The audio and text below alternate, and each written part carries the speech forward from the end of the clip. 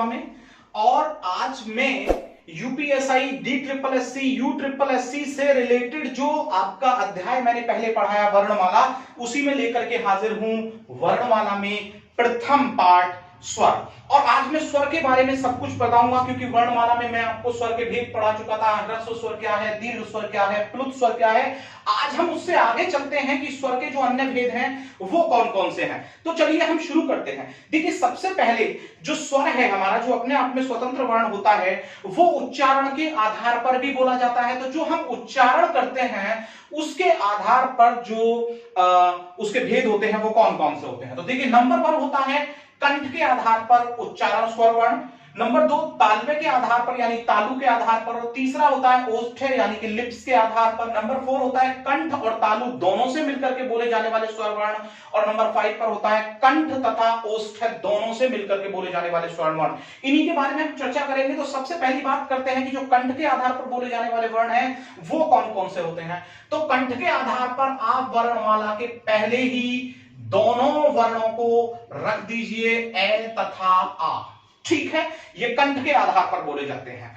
अब बात आती है कि तालवे के आधार पर आप क्या बोलेंगे। तो ई तथा ई, ये जो दोनों वर्ण हैं, इन दोनों को आप तालवे के आधार पर बोलते हैं। ठीक है, उसके बाद नंबर 3 यानी कि जो ओष्ठ के आधार पर बोलते हैं, तो उससे आगे आने वाले जो दोनों वर्ण होते हैं, उ तथा उ, इन दोनों का जो उच्चारण होता है वो किसके आधार पर होता है, ओष्ठ के आधार पर। अब बात आती है कि कंठ और तालवे के आधार पर जो आप बोलते हैं वो कौन सा बोलते हैं। लेकिन कंठ और तालवे से पहले यदि हम एक बात करें तो यहां पर जो नंबर 6 है, मैं लिखे देता हूं मूर्धा या मूर्धन्य। तो देखिए, मूर्धन्य या मूर्धा के आधार पर जो वर्ण बोला जाता है वो बोला जाता है आपका री। आप इसको समझ लीजिएगा कि जो री, क्योंकि मैं सीक्वेंस में चल रहा हूं, आ ई ई उ उ री।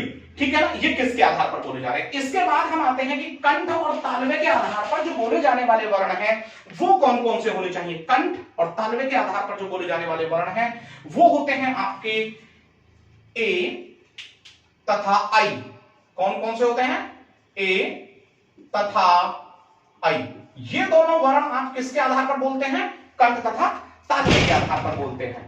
इसके बाद जब हम बात करते हैं यहां पर कंठोष्ठ्य की बात करते हैं, तो कंठोष्ठ्य के आधार पर जो आप वर्ण बोलते हैं वो आप बोलते हैं ओ तथा औ। कौन कौन से वर्ण बोलते हैं, ओ तथा औ।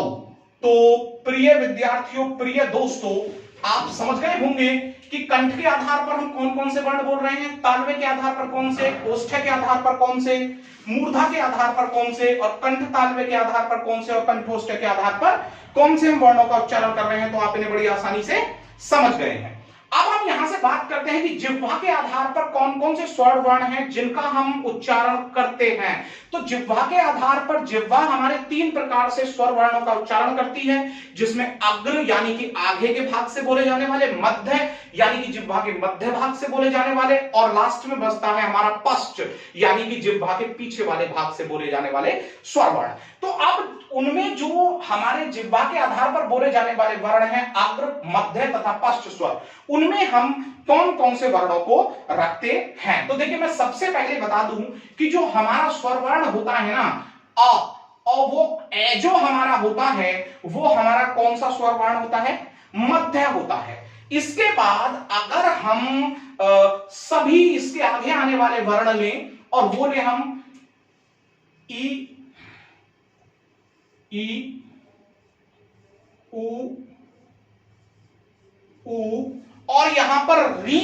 अब जरा ध्यान दीजिएगा, यहां पर यदि हम री की बात करें और उसके बाद ए और आई की बात करें, किसकी बात करें, री की बात कर दें, ए की बात करें और किसकी बात कर दें, आई की बात कर दें, तो ये सभी जो स्वर वर्ण हैं ये जिह्वा के कौन से भाग से बोले जा रहे हैं, अग्र भाग से बोले जा रहे हैं। मध्य स्वर मैंने आपको कौन सा बता दिया, अ, जो जिह्वा के मध्य भाग से बोला जाता है। अब इसके बाद हम बात करते हैं कि जो हमारे पश्च स्वर हैं वो कौन कौन से होने चाहिए। तो अब इसके बाद जब हम बात करते हैं कि हमने अग्र स्वर लिया ई उ उ, लेकिन एक बात आप समझ लीजिएगा कि हमने कहा था कि हम इन्हें सीक्वेंस में ले जाने की कोशिश कर रहे हैं। तो इसके बाद हमारा बचेगा ओ औ। जरा ध्यान दीजिएगा, ओ औ, ठीक है। और अंग आहा हमने कहा था कि ये अयोग्यवाह में जाते हैं। तो अयोग्यवाह को हम ना करके बात, तो यहां अग्र स्वर की जब हम बात कर रहे हैं तो ये जो दोनों हैं हमारे ऊ तथा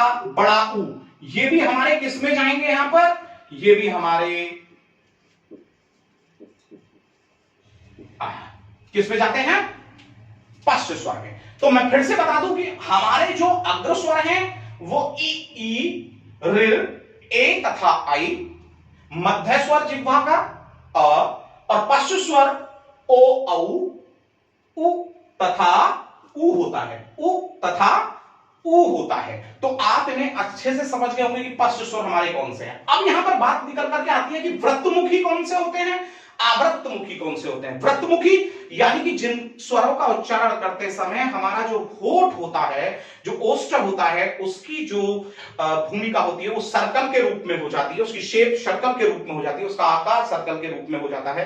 तो वृत्त के आधार पर जब हम वर्ण की बात करें तो वो कौन से होते हैं, वो होते हैं उ, ओ तथा औ। जब आप इन स्वर वर्णों का उच्चारण करते हैं तो इनका उच्चारण करते समय जो जिह्वा का नहीं बल्कि जो ओष्ठ होते हैं, जो आपके होठ होते हैं, उनका आकार कैसा हो जाता है, वृत्तमुखी हो जाता है, इसलिए इन्हें क्या कहा जाता है, वृत्तमुखी। अब इसके बाद आवृत्तमुखी। आवृत्तमुखी में जब हम रखें तो अ, ई, री, ए तथा आई, इनकी जब हम बात करते हैं तो ये हमारे क्या हो जाते हैं, ये आवृत्तमुखी हो जाते हैं। ओके, समझ में आ गई होगी बात आप लोगों के। इन सबको हम क्या कहते हैं, आवृत्तमुखी। ठीक है, अब आप यहां समझ चुके हैं कि उच्चारण के आधार पर जो स्वर हैं वो कंठ ए तथा आ, तालव्य के आधार पर ई तथा ई, ओष्ठ के आधार पर उ तथा उ, और मूर्धन्य के आधार पर रे, कंठ तालव्य ए ऐ, कंठोष्ठ ओ तथा औ। इसी प्रकार जिह्वा अग्रस्वर ई, री, ए तथा ऐ, और जो मध्य स्वर होता है ए, और पश्च स्वर में ओ, औ, उ तथा उ।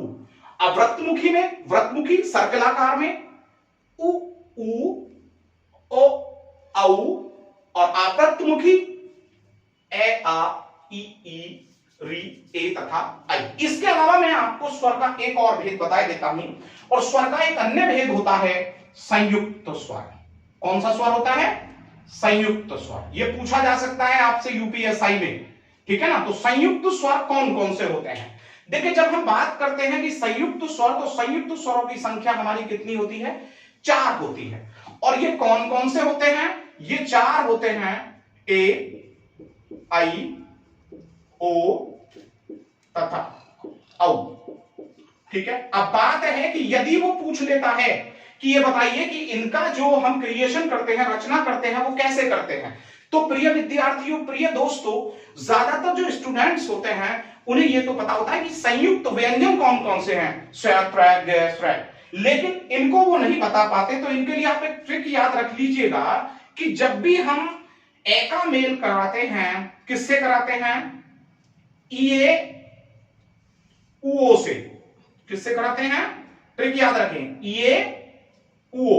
तो यहां पर किसकी रचना होगी, ए का मेल ई से करते ही ए, और ए का मेल ए से करते ही आई, और ए का मेल जब ऊ से करेंगे तो क्या बनेगा, ओ, और ए का मेल ओ से करेंगे तो आपको क्या प्राप्त होगा, औ। तो मुझे लगता है कि आप जो संयुक्त स्वर हैं उन्हें भी आसानी से समझ गए हैं।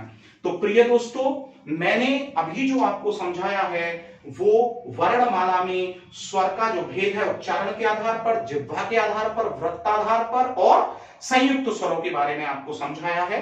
और ये आपके लिए एग्जाम में बहुत बेनिफिशियल होने वाला है। जल्दी में आपके सामने व्यंजन, उसके भेद, उसकी परिभाषा, सब कुछ लेकर के आने वाला हूं। तब तक आप मेरे साथ जुड़े रहिए, और तब तक के लिए मैं आपसे विदा चाहता हूं। नमस्कार, धन्यवाद।